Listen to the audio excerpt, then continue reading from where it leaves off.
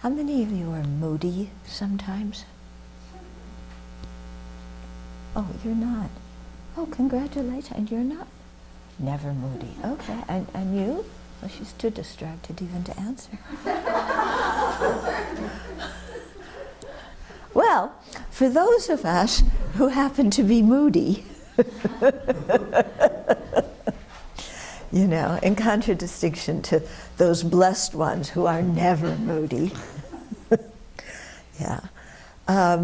When a strong mood comes over us, we really, I mean, we go completely into that mood, don't we? Yeah, it's just like, oh, I'm so down today, or oh, I'm so exhilarated today. Yeah, whatever that mood is, it's like it seems to just overrun us, you know. And what a mood is, basically, as I see it, is a low-grade affliction. Yeah? So there's an affliction. If we're in a bad mood, it's an affliction of anger or self-pity. Yeah? If we're in this giddy kind, you know how we get this giddy kind of mood? You know, then it's an affliction of attachment. So, but low grade, so it just seems like a mood. And then we stay in that mood for quite a while, don't we? You know, maybe all day, maybe our whole lifetime. Yeah. And when we're in these moods, it's very interesting. It's like we can't hear anything that disagrees with our mood. Yeah. You know, other people try and give us more information or clarify something. We can't hear it. You know, what my mood is, what my thought is, that is reality, and, you know, that's it. Wonderful way to live, isn't it? Yeah? Are you happy being moody? I don't know about you, I don't like being moody. Yeah, it's like, oh boy, you know, just so much time in our life is spent just, you know, especially bad moods. Yeah, you know how bad moods are. Don't say good morning to me, I'm in a bad mood. How come no one says good morning to me?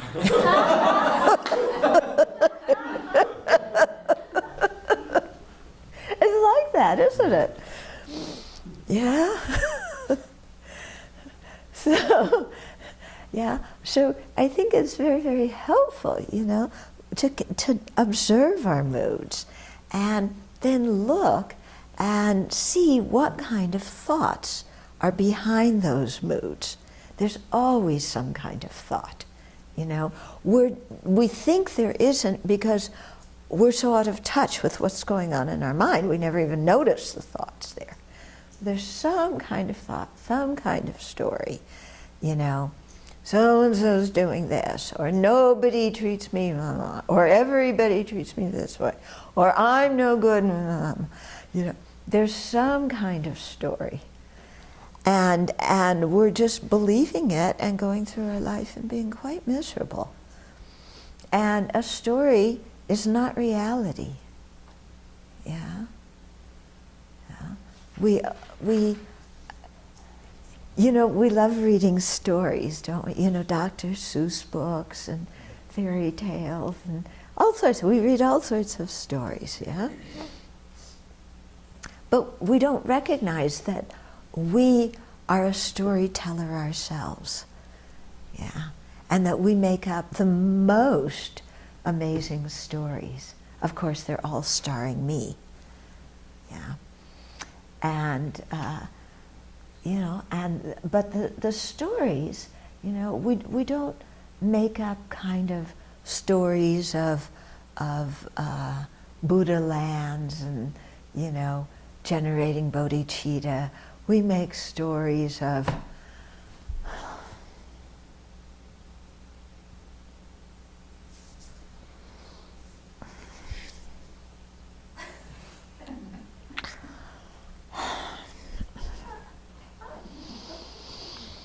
Yeah, don't we?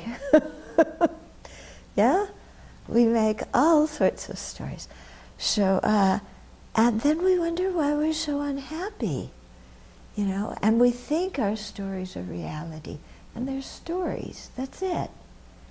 Yeah, so it's very interesting, you know, to learn to recognize our stories, because we tell ourselves the same stories repeatedly. Yeah, repeatedly, the same story. Yeah, again and again. Yeah, and again and again. And we're miserable, and the story isn't even true. Yeah, so we have to kind of find the stories and then, you know, really ask ourselves, is that true? Is that really true? And when I do that, it's like my stories are mostly hallucinations, or there may be a certain degree of truth to it, but I'm looking at the situation in a completely upside down way. Yeah, and so misinterpreting things, or, you know, seeing a situation, but then, yeah, kind of looking at it from a really distorted viewpoint. So we have to, you know, kind of pull ourselves out of those moods, pull ourselves out and look at those stories. And I think this is where the thought training practice, again, is so useful.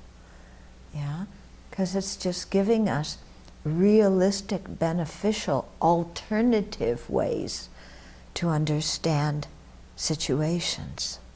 Yeah, but we have to practice them.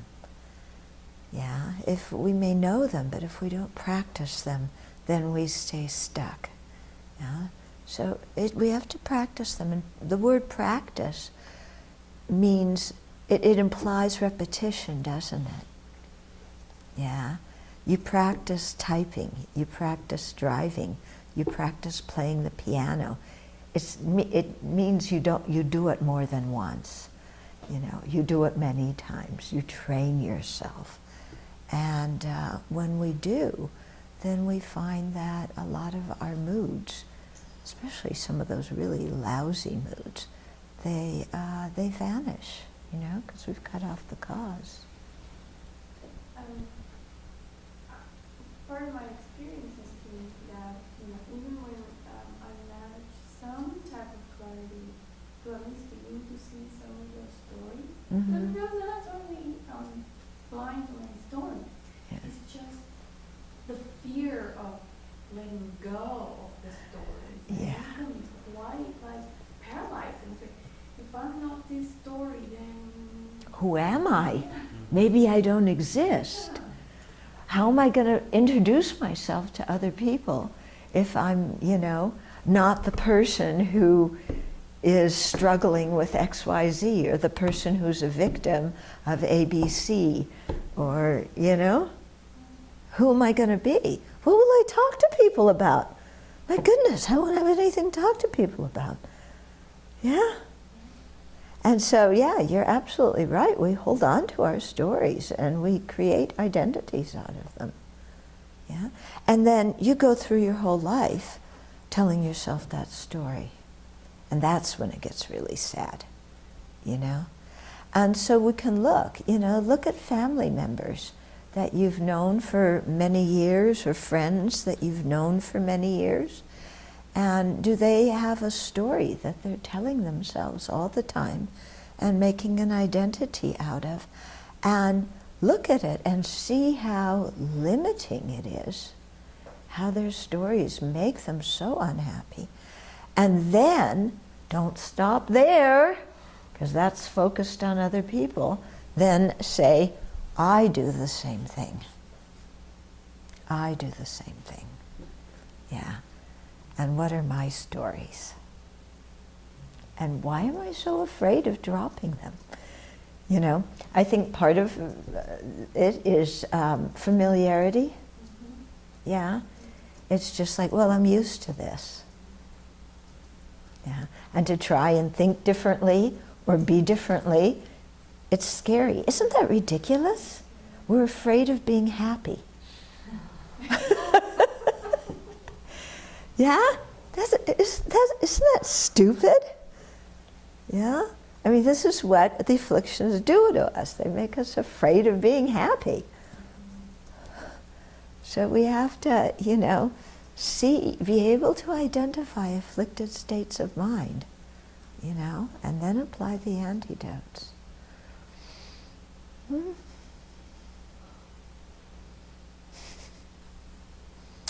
Okay, shall we go on in the book? Okay. So I think we're on the section advice for monastics, right? Yeah? So I would like now to address those of you who are monastics. So those of you who aren't, get the sneak preview. Since we have obtained a precious human life with all conditions conducive for practicing the Dharma, now is the time to stop the suffering of samsara. Having the time and opportunity for Dharma practice that monastic life provides, we must do our best to abandon unnecessary activities and cultivate contentment. As a monastic, our foremost practice is to abandon afflictions. It said abandon afflictions. It didn't say cultivate afflictions. Yeah. Just want to make sure everybody heard okay. Monastic life is more than abiding in precepts. Yeah, and this is important because some people think, oh, you just take the precepts and that's it. No, it's much more. To keep the precepts, we must examine our mind and confront and avert the afflictions. To do this, the Buddha recommends living in seclusion. Seclusion does not mean simply living alone in a remote place. Okay, this is what Westerners think, Seclusion, okay, let's get my camping gear and head for the cave, and I'm not going to talk to anybody. Yeah, that's not what it means. Okay, the deeper meaning of seclusion is being separated from afflictions, destructive actions, and the 8 worldly concerns. Seclusion from self-centeredness and ignorance are the best. Such seclusion entails developing mindfulness and introspective awareness and training our minds patiently and diligently over time. Okay. And training our minds patiently and diligently over time. Okay. We take precepts because we are imperfect beings who are trying to subdue our minds. It is natural that we make mistakes, but doing so should not be treated lightly. When we transgress a precept, we must reveal it and use the methods taught in the Vinaya to purify both the destructive karma and the infraction of the precepts. Transgressing the root precepts results in losing the ordination, so we must be especially conscientious to avoid that. Okay? So we have root precepts, to avoid killing. Here to lose the ordination completely, it must be killing a human being. Stealing, to steal something that the police would get involved in. Having sexual relationships. And then the lying one, to make a complete break, is lying about your spiritual attainments. Okay, bhikshunis have 4 more root precepts. Yeah, 2 of them involve petting and meeting men and that kind of thing, the stuff that leads up to having sex. And then there's one about if another bhikshuni has committed a new root downfall and you know it, not saying anything, so that prevents the other person from regretting their precept, regretting their transgression, and then also following a monk who has been suspended by a sangha act of the sangha and not rehabilitated because he's not cooperating and confessing his transgression. Yeah? So if you do any of those with all the branches complete, then you lose your ordination. Yeah. So people have different understandings. Some people say you no longer have the ordination. Some people say you have the ordination, but it's damaged, and so you have to give it back. Yeah, so there's different ways of interpreting it. Sometimes there's people that wear the robes that say that they're ordained, but engage in sexual activity. They're not ordained. Under the guise of tantra. They're not ordained. Okay, that's what I thought. But They lost their ordination. Yeah, even Lama Tsongkhapa, okay? Well, I know that. Yeah, yeah. I mean, he had the ability to do that, but he waited until the bardo. Mm-hmm. So normally, if somebody's going to do that because of Tantra, they disrobe, and then they do it. So we're all thinking of, and... yeah, and there's a number of others too, but, yeah. But still, yeah. Yeah, they're not monastics. Yeah. Okay.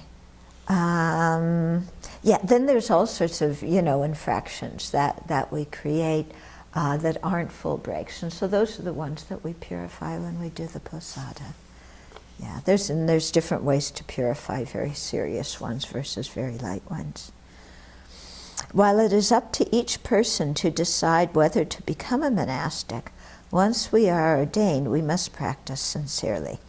If we wear the robes of a monastic, but our behavior is not good, the lay community will lose respect for the Sangha, and that would be very sad.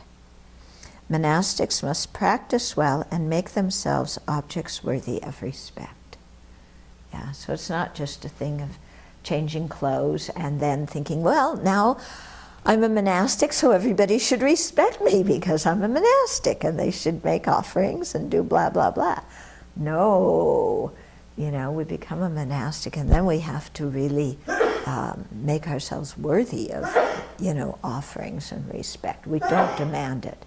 I've seen some people kind of demand respect because they're a monastic, and that's like the wrong way. It's very interesting sometimes at the public teachings with His Holiness, you can always tell the newly ordained monastics. They go and sit in the very front, in front of the seniors. Yeah, because they think, well, now I'm ordained, I get to sit with the Sangha, I'm going to go early and get the best seat. Yeah, that's not the way you think, the way you should think, That's why we sit in ordination order. There's a method to the madness. And, when you're newly ordained, you sit at the end of the line and you practice being humble. And even if somebody is sitting in your seat, even if you're a senior, somebody else is sitting in your seat, you don't go and kick them out and say, I belong there. You go and sit in the back. And then if somebody else figures it out and says, please come sit in front, then you accept and do it. Yeah, but you don't go around kind of saying, I'm fully ordained now, so you respect me. That's like not monastic behavior, okay? Monastics help each other to grow in the Dharma by giving and receiving admonition. Now everybody goes, admonition. I want to give it, but I don't want to receive it. But admonition just means giving feedback, okay? It means giving feedback to other people. So we not only give feedback when somebody's doing something unbecoming of a monastic, to our monastic brothers and sisters, but we also accept feedback when they give it to us. And we also give feedback when we see somebody doing something really wonderful, and we accept feedback when other people, compliment us, okay? So the way you handled it yesterday, when people were saying thank you so much for being ordained and, and this and that, you were very good. You just said thank you very much. And that was it. You didn't go, well, thank you very much. And you didn't go, well, I'm not worthy of it either. Okay? You just say thank you very much. Yeah.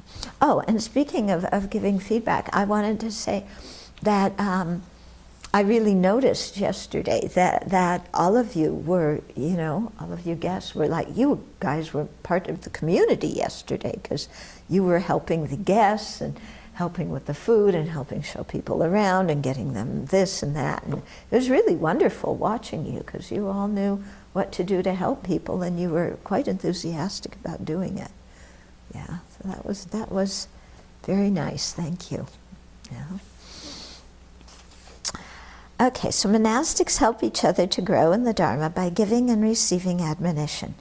When a monastic misbehaves but does not acknowledge his or her error, with a compassionate motivation, we should admonish him or her so that this person can correct their ways. Okay? When we receive admonition, we must listen respectfully and contemplate what those who are senior in ordination or wiser in the precepts advise. Being obstinate and insolent regarding either the Buddha's advice or the admonition of the Sangha creates many hindrances for our practice, whereas receiving admonition with humility and appreciation enables us to grow in the Dharma. Yeah. So most of us, when people give us feedback pointing out something where we made a mistake, what's our first response? Yeah, I'm defensive. We get defensive, don't we? Yeah? Yeah, don't say that to me. I didn't do it. I didn't do it. Or even if I did do it, I did it for a good reason. Or even if I didn't do it for a good reason, it's none of your business. Well, you did this. Yeah, right. And in addition, you did this. Yeah. So being a monastic, what we're doing is we're training ourselves in a completely different way in order to, of how we listen to people. And I don't know about you, but my habit of getting defensive, it's like boing, there's no hesitation, instant reaction. Yeah? And to try and catch that defensiveness, yeah, it's difficult. Yeah, but we have to really work at it and catch the defensiveness, step back, breathe, try and listen with understanding and learn whatever we can from what the other person's saying. Yeah.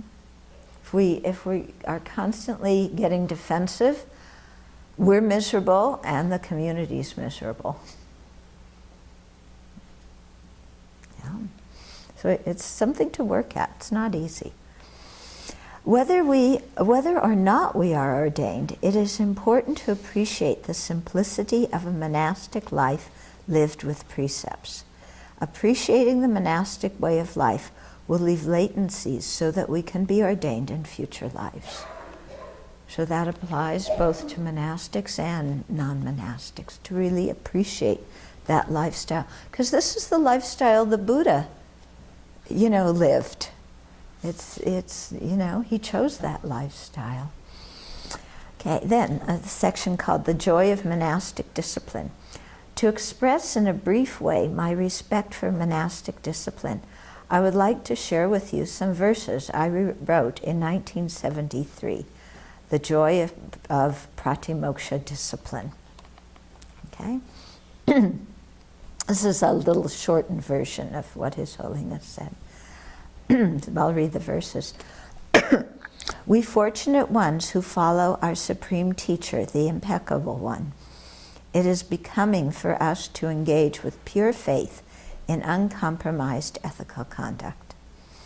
Externally pure, internally pure, beneficial and joyful, both here and beyond. Medicine for both self and others. Marvelous, we have met the Buddha's way. Though difficult, we have encountered it this once. Those who seize it, are even fewer. With firm determination in our hearts, observe pure conduct by all means possible.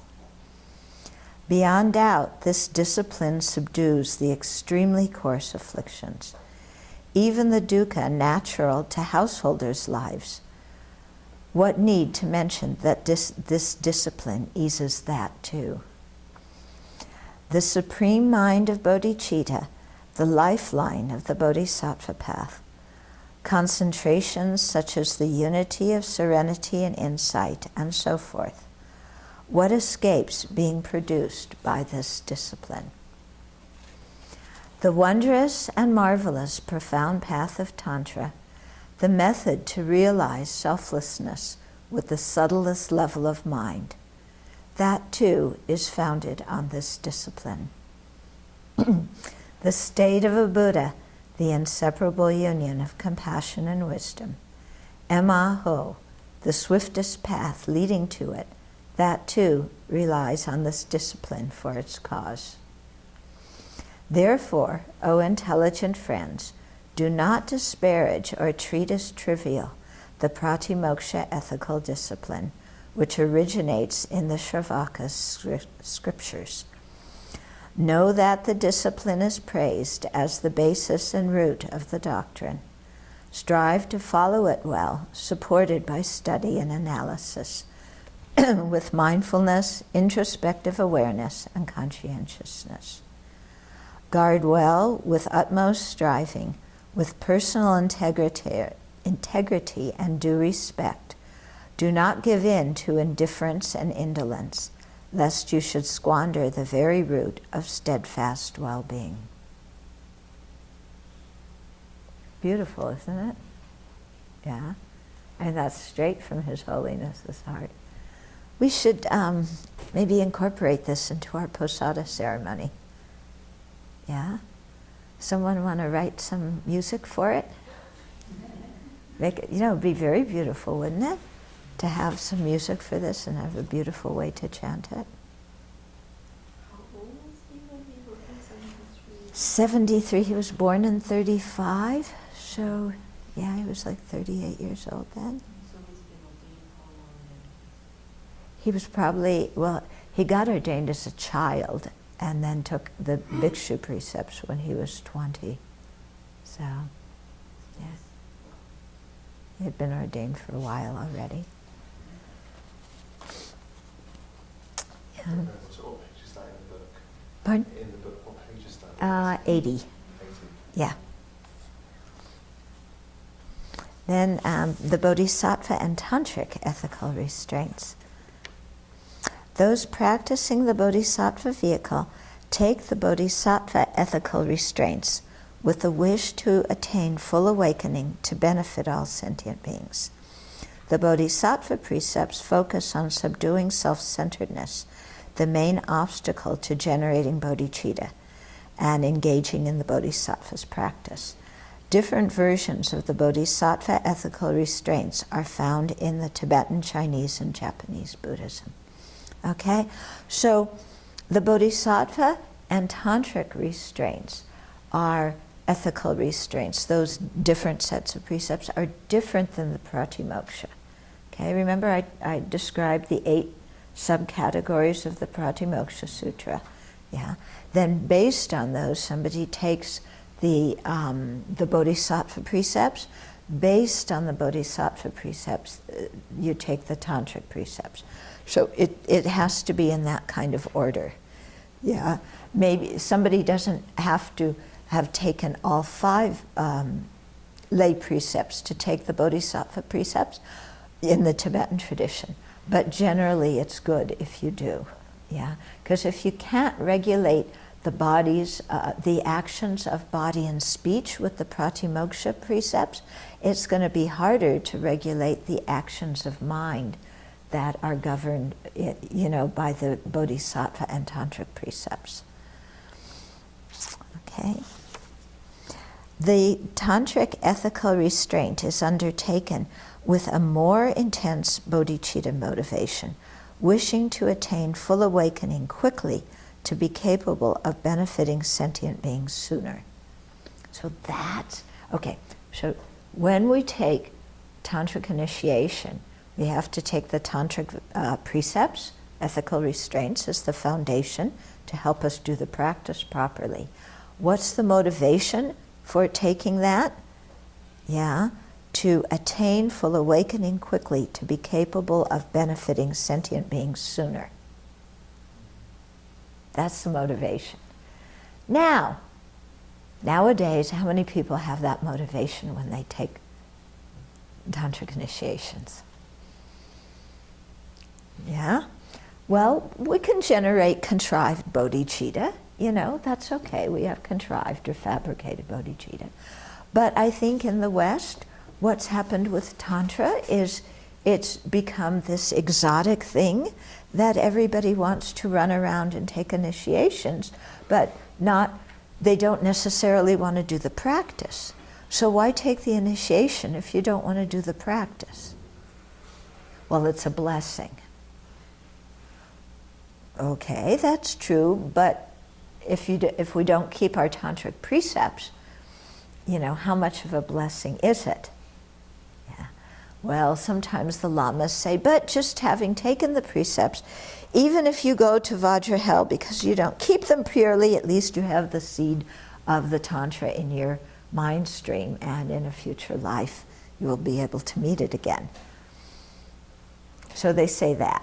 Now, I don't know, some of us are not keen on going to Vajra hell.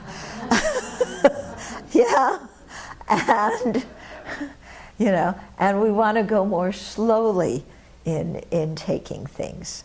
Yeah, so I think that's perfectly fine, very legitimate. And what goes on often in Dharma centers is this kind of peer pressure of, but this is a very high lama, and this is a very special initiation, and you should definitely take it. Definitely, it's so rare, it's so precious. So stop eating your popsicles and come to the meditation hall. You know? And that becomes the motivation for sitting there, you know? But what people often don't realize is if you don't concentrate during the initiation, and if you are not aware of taking the tantric ethical restraints, then you don't receive the initiation. Okay? So lots of times I think lamas may do ceremonies very fast in Tibetan, and the people who are not prepared, you know, they aren't aware when they're taking the Bodhisattva precepts, the tantric precepts. So, you know, they hear everything, but they don't actually receive the initiation. Yeah? Because to take it, you have to be aware that you have to take the precepts, and to take those precepts, you have to be aware that you're taking them. Okay. People want to have the initiation, but they don't want the precepts, because they see the precepts as like a tax, you know? It's like, I want to have this high practice, but the precepts, you can't do this, can't do that, you know? But they don't see that all these sets of precepts, and pratimoksha, Bodhisattva, tantric precepts, all these sets of precepts they aren't a tax. They aren't to punish us. They're to help guide us in a good direction. Yeah? And so we respect the precepts, and we take them when we feel ready to, not out of peer pressure, you know? And not because somebody else told us to. But we take them because we see and I'm talking here about monastic ordination too, we take it because we see the value and we feel ready to do it. Yeah, not because somebody else tells us to or pressures us to do it or anything like that. Yeah, it just doesn't work. Maybe with Tibetans it works, yeah, but with Westerners it doesn't work. We don't like when people tell us what to do, unless it already agrees with our opinions. Then we like it. Yeah? But when people give us advice that we don't like, then, you know, we get quite rebellious. So we have to realize that it's our choice, and it comes from understanding and appreciation, you know? And although we cannot keep things perfectly, you know, we realize that these 3 different ethical codes, when we're ready to take them, guide us, guide our mind. They help us become more attentive to what is virtuous and what's non-virtuous. You know, and anything that can help us become more attentive is really good, isn't it? You know, if our aspiration is to create virtue because we have faith in the law of karma and its effects. Yeah, if we don't have faith, you know, and trust in the functioning of karma and its effects, then none of these things really mean much to us. Yeah? So, you know, it's the whole idea of we want to create virtue. We see the benefit of it. We realize that we're limited beings and we need all the help we can get to create virtue, and that these sets of precepts really help us. Yeah? So we take them, we do the best we can. If we could keep them perfectly, we wouldn't need them. Yeah? So we can't keep them perfectly, we make mistakes, but like His Holiness says, then we fix up our mistakes. We don't sit there and go, oh, you know. That just doesn't do much good, okay? It's like you fall down and you pick yourself up. That's it. When we do purification, we need to have strong regret. But regret is different than guilt. Okay? So the strength of the stronger the regret, the more capable, the deeper the purification is. Okay? So we need to have regret. But regret comes from wisdom. Regret doesn't come from guilt and browbeating. Okay? It comes from wisdom. It comes from I like to use the analogy. You know those electric coil stoves, you know, the burners with the coil? So sometimes it's very easy to actually touch one when it's not red hot but still burn yourself. Yeah? If you do that, you know, dry your hand and your hands burn, do you feel guilty about that or do you regret it? You regret it. You don't feel guilty about it. Yeah?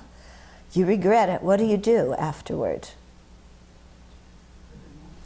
Yeah, you go get some baking soda and mix it with water and put it on your hand, and if it's bad enough, you go to ER. You know, you fix it. Yeah. When you're fixing it, do you need to have a lot of drama? I put my hand on the red hot coil. I'm such an idiot. I'm going to hell. You know, it's like, cut it out. But we do regret it. It's like, whoa, you know, I wasn't careful. I was in too much of a hurry. I wasn't paying attention. I need to be more careful. I'm learning from this. And then, you know, we learn from it and we, you know, don't put our hands on hot stoves anymore. Okay? But guilt is totally unnecessary. Yeah? And guilt is, you know, I'll ask this group like I asked all group, when we're guilty, who's the star of the show? What's our story when we're guilty? What are we saying to ourselves? Give me some examples of the thoughts when you're guilty. I'm the worst person ever. I'm the worst person ever. What else? No, I'm the worst. I'm the worst. Come on, you're champion. Yeah. I'll never get it right. I've let everybody down. Okay. I'm hopeless. Yeah, I'm never going to improve. Yeah, I'm hopeless. Can't improve. Let everybody down. I'm so bad. I'm so bad. I should have done that. I'm going to hell. Oh, yeah. Okay. Yeah. This is how I've been. I'm always going to be. So what to do? Yeah. Yeah. Yeah. There's no possibility to change the situation. Yeah, with guilt. No possibility to change. Okay. So, what word do you hear all the time? I. It's all about I, isn't it? Guilt is, you know, self-centeredness having a field day. Yeah? It's like self-centeredness just says, I'm going to take over the whole mind, Because if I can't be the best, I'm going to be the worst, because I am special. Yeah, I'm so important, I can make everything go wrong. I can disappoint everybody. Yeah, I can make the world fall apart. I can make people die just by refusing to cooperate with them. You know, I'm the cause of people's death. I'm the cause of, you know, every war that's going on, you know, because I am so bad and hopeless, and it's never going to change. Yeah? If I practiced harder, my guru wouldn't have died. Right. Yep, that's another one. If I practiced harder, my guru wouldn't have died. Yeah. And then if you're Catholic, I'm going to hell. You know. If you're Jewish, no wonder they all try and kill us.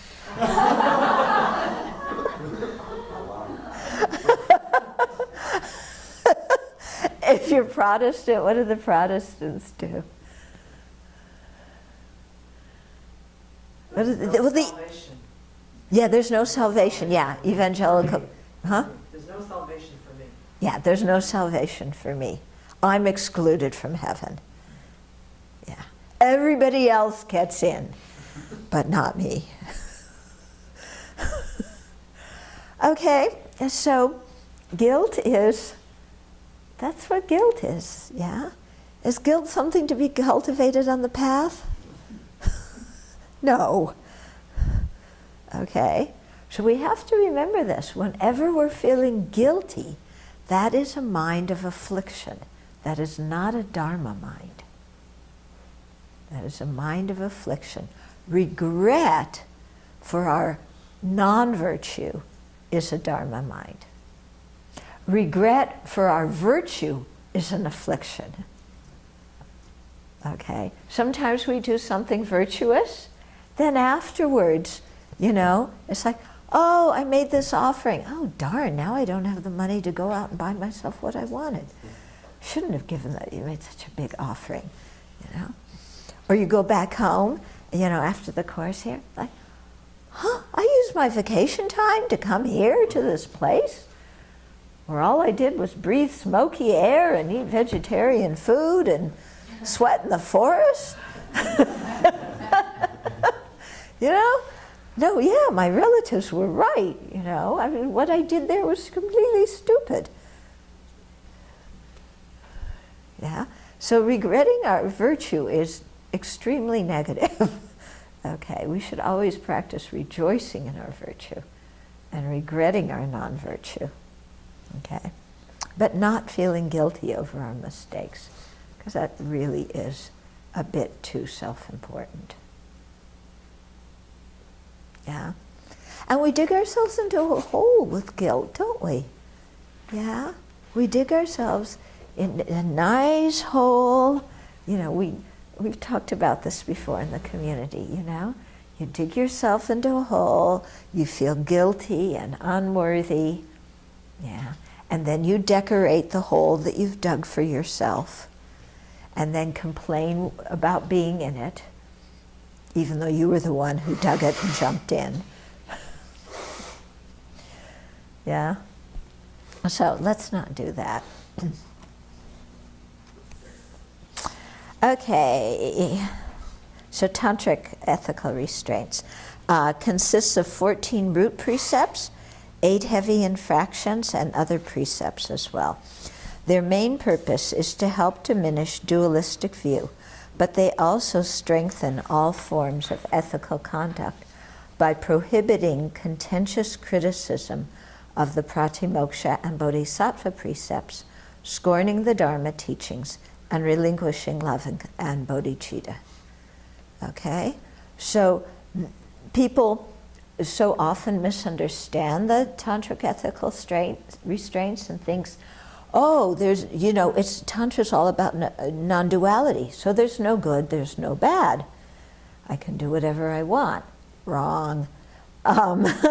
Okay, if you really study the tantric ethical restraints, yeah, they prohibit contentious criticism of the pratimoksha and bodhisattva vows. So if you have the tantric precepts, and then you say, oh, these bodhisattva vows, they're piddly dunk. You know, they're only for stupid people who can't practice tantra. You break your tantric vows if you think like that. Yeah? If you look at the if you look at the bodhisattva vows and similarly disparage them, you break your tantric vows. Okay? So they prohibit that kind of criticism. They prohibit scorning the Dharma teachings. So if you scorn any of the Dharma teachings, you know, this teaching is really stupid, the Buddha could not have said that, then, you know, it's a breach of the tantric ethical restraints. And also relinquishing love and compassion. If you, love, compassion, and bodhicitta, if you give those up, yeah, then you've transgressed your tantric precepts. So people need to understand what Tantra is properly. Yeah? Unlike the pratimoksha precepts that focus on physical and verbal actions, Bodhisattva and Tantric precepts emphasize ethical conduct on the mental level. Here, motivation is foremost. This means that if our motivation is pure, we can transform all actions into the Dharma. However, this does not give us license to rationalize selfish and non-virtuous actions by saying, my motivation was compassion. Okay, Vinaya practice emphasizes decreasing attachment, so monastics are not allowed to touch gold or precious things. The Bodhisattva precepts, which presuppose having some control over attachment and emphasize the welfare of others, specify that if the donor would be hurt by our refusing her monetary gift, we should accept it and then use it to benefit others. Okay? So this is an example. Before, remember I was saying in certain cases, if it's more beneficial for somebody, you adhere to the Bodhisattva precept and override the Pratimoksha precept. So here's a good example of it. You know, in Pratimoksha precepts, if you have the 8 precepts or monastic precepts, then you aren't supposed to touch money or gold or silver or any kind of precious objects, because you could easily get attached to it, you know, and like, oh, this is worth something, I want it.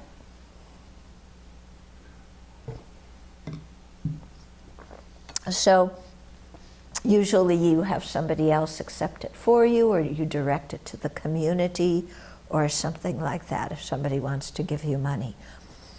Here, what it's saying is, for the Bodhisattva precepts, that the most important thing is benefiting other beings. And if we refuse their gift, for example, saying, oh, I'm sorry, I can't touch money, I can't touch gold and silver, I'm not going to accept your gift, then it deprives the other person of the opportunity to create merit by practicing generosity. Yeah? So we should accept their gift so that they can create merit. But then we don't keep the gift, you know, for ourselves and get something we like with it, unless, of course, we need something. But instead we use the gift to benefit others. Okay? So that's a good example of how that works. Okay? But it doesn't mean giving us license to rationalize selfish and non-virtuous actions by saying my motivation was compassion. So I have one friend who is a monk. This was many years ago, and I don't know what happened, but some woman fell in love with him, and she threatened to commit suicide unless he, you know, disrobed and went with her. And, you know, it's like, You know, what do you do? I mean, clearly that person's not mentally balanced, yeah. But this monk didn't say, well, with compassion, I'm going to sleep with her so she won't kill herself. Yeah, he didn't say that. He just said, I'm a monk, I'm sorry, I can't do that. You know, and I, you know, hopefully arranged for her to have some kind of help. Okay, so we don't rationalize things. Vinaya practice emphasizes decrease. Okay, I said that already.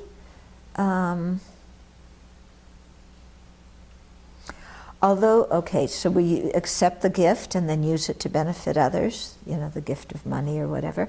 Although these actions superficially seem contradictory, they are both ethical precepts that apply to one person at different times in her training. Okay, so at certain times in your training, you would say, I'm sorry, I can't accept the money or the gold and silver because you know that your mind would get attached to it, you know, or you wouldn't use it properly, so you refuse it, or you redirect it or something. When you're more mature in your practice, then you can accept it, but then you use it for others. Okay?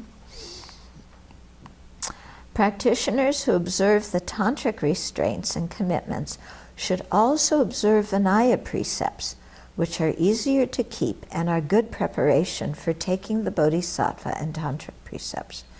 Practicing Tantra should not be used as an excuse to neglect the Vinaya. So this thing of, you know, oh, I'm a great yogi, I can drink.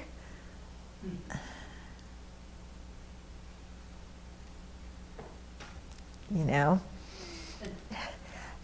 we had in 1993, there was a meeting of Western Buddhist teachers with His Holiness.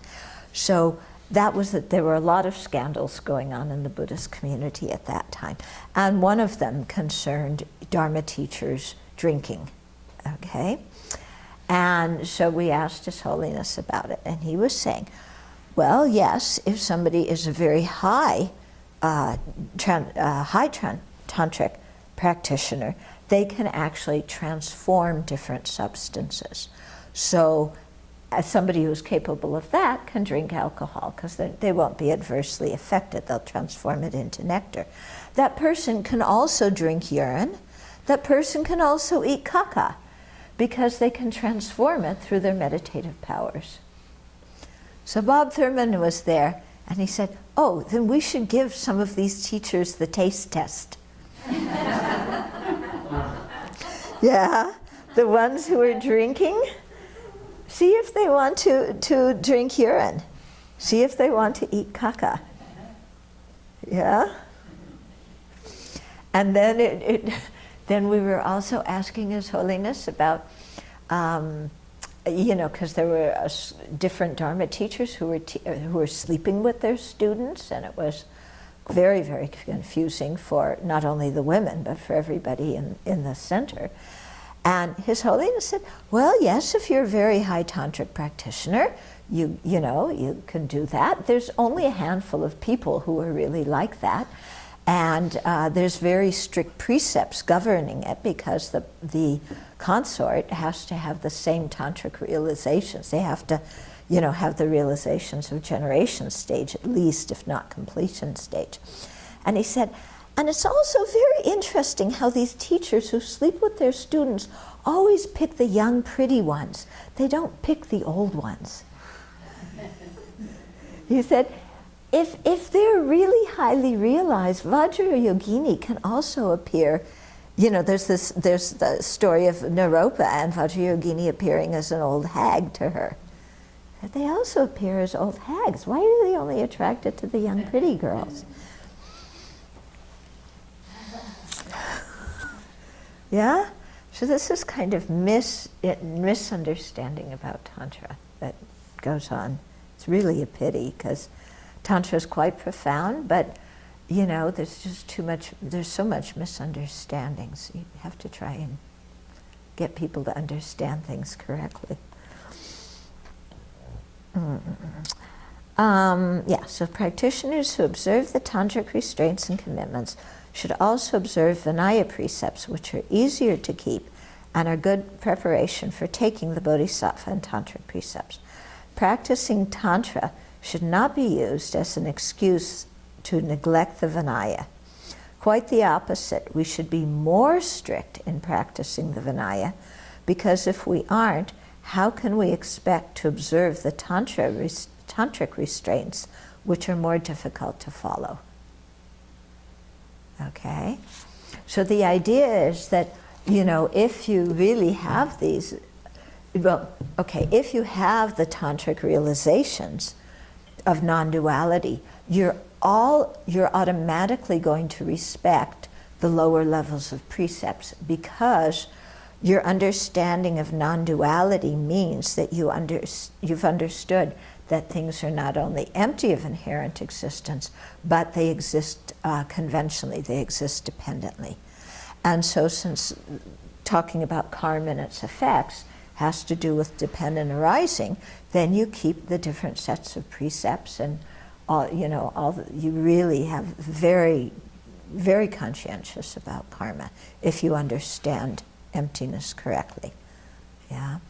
And then the other way, if you aspire to, practice Tantra, then as a good foundation, we should practice the Vinaya precepts well, because they are easier to keep than the Tantric ones. So practicing them helps us train and prepare to be able to take the Tantric ethical restraints. And similarly, the Bodhisattva ethical restraints. Okay, that's the end of the chapter. So you better think of some things to do for the next 15 minutes, because I don't have anything else planned. But I think you'll have some questions. Yeah. I've always thought that the Vinaya only applied to the monastic precepts, but am I correct in understanding your presentation that because the Pratimoksha is included in the Vinaya, and the Pratimoksha also has the lay precepts, that then that falls into the Vinaya? Yeah. Yeah.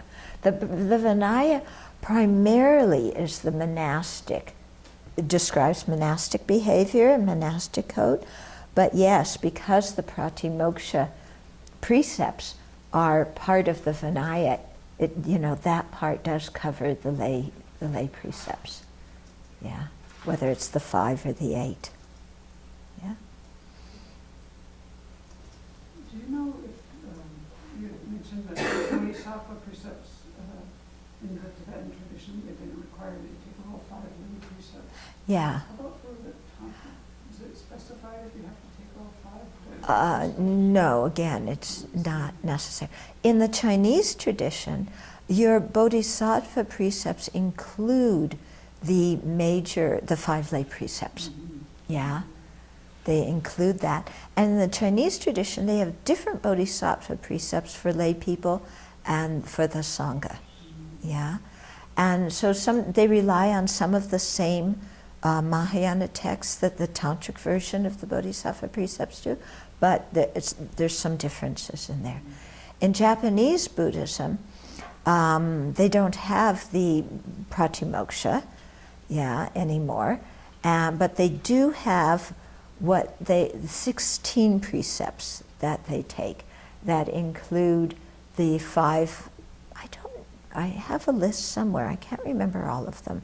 I don't know if. No, they drink, so it can't. It can't include the intoxicant, but it includes some of the major ones, and then not counteracting or not abandoning the Buddha Dharma Sangha, and some other things. They have 16 that constitute their bodhisattva ordination.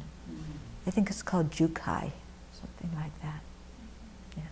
So if someone takes Bodhisattva or Tantric precepts but hasn't taken all 5 of the lay precepts, I'm assuming that they're neglecting either the 3rd or the 5th. Yeah, it would probably be the 5th. Yeah, because how can you take the Bodhisattva precept and say, I want to kill people, I want to steal, I want to sleep around, and I want to lie. That doesn't make much sense, does it? I'm working for the benefit of all sentient beings, but I'm not taking those first 4 precepts because I really want to do those actions. Doesn't make much sense. Yeah. Then what's interesting, how you were sort of dispelling myths about tantric Buddhism, because I think a lot of people, particularly who I've met, they want a quick fix, and they want to have samsara and nirvana. They want something that is quick, and I think they even quote the story of when the Vajrayana teachings were introduced to, I think it was a king. The story behind the Vajrayana teachings, who wanted to still have his parties and his wives, and then he was taught this teaching. I think a lot of people quote that as saying Vajrayana is justification to integrate with anything they do. No. I mean, if I'm not familiar with the story, but it could have been like King Indra Bodhi. I'm not sure. So yes. Yeah, you think that was him?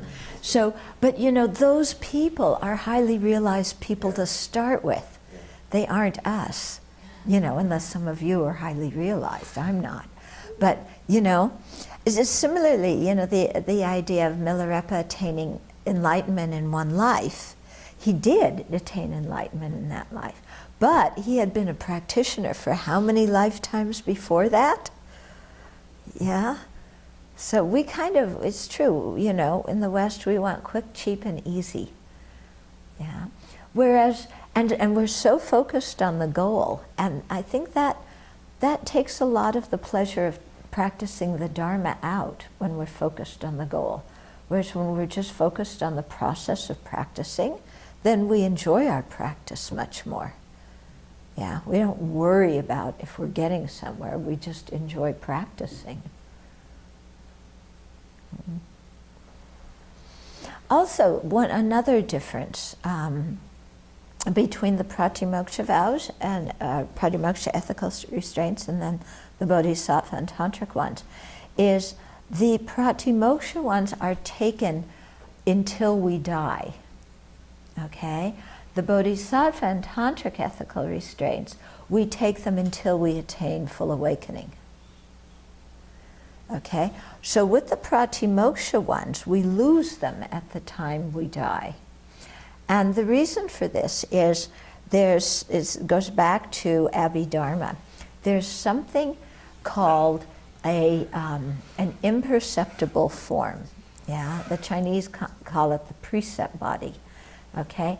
And so when you take the precepts, at the time of taking the precepts, some of you may have remembered with the 5 precepts, I told you to visualize very strongly the light coming into you and thinking this light is the nature of the precepts and having the thought, now I've received the 5 pure precepts.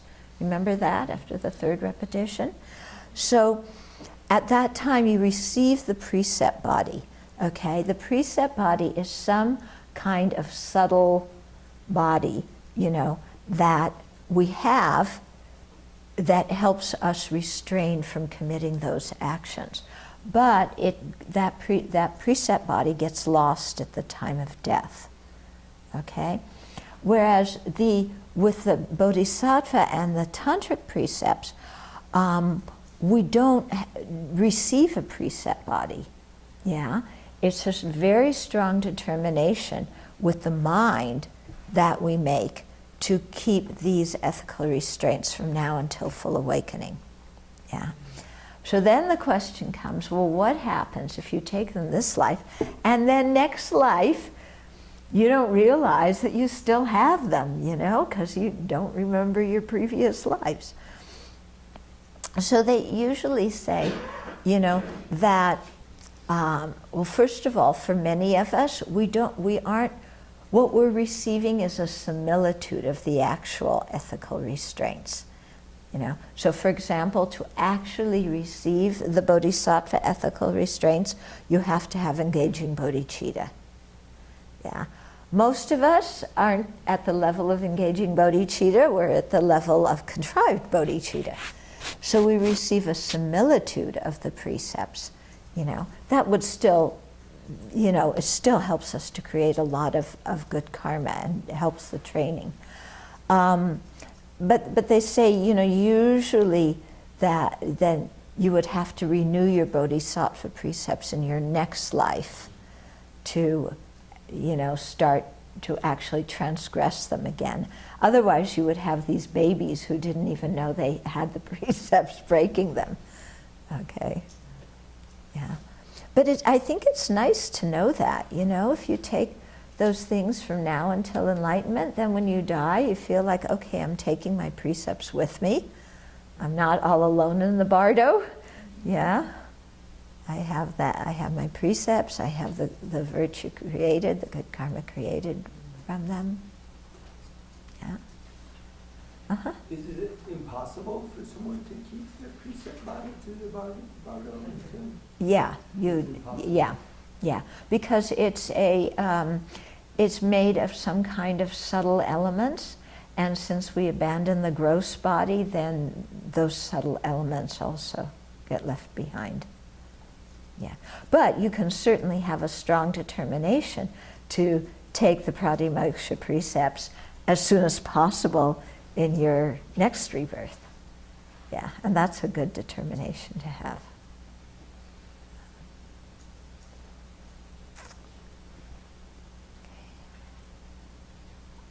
Yeah. I remember you spoke about this book that became because of the request to His Holiness to write an offering for Westerners. Uh-huh. Yeah, so can you talk something about is he writing it? Is that? Well, a draft form of it is prepared, and I need more time to work on it. Oh, so he's written. He doesn't write it. He doesn't have time. Yeah, he gives the teachings. I write it. Yeah, but I need more time to work on it and edit it and get it to the publisher and so on. Yeah. When will that be? Well, it depends how many emails you write me. Because the more emails you write me, then the less time I have to work on the book. Okay? So there's a direct function there. Okay? That doesn't mean don't write me emails, of course, if there's something important. But when it's not so important, no, give me the time to write the book.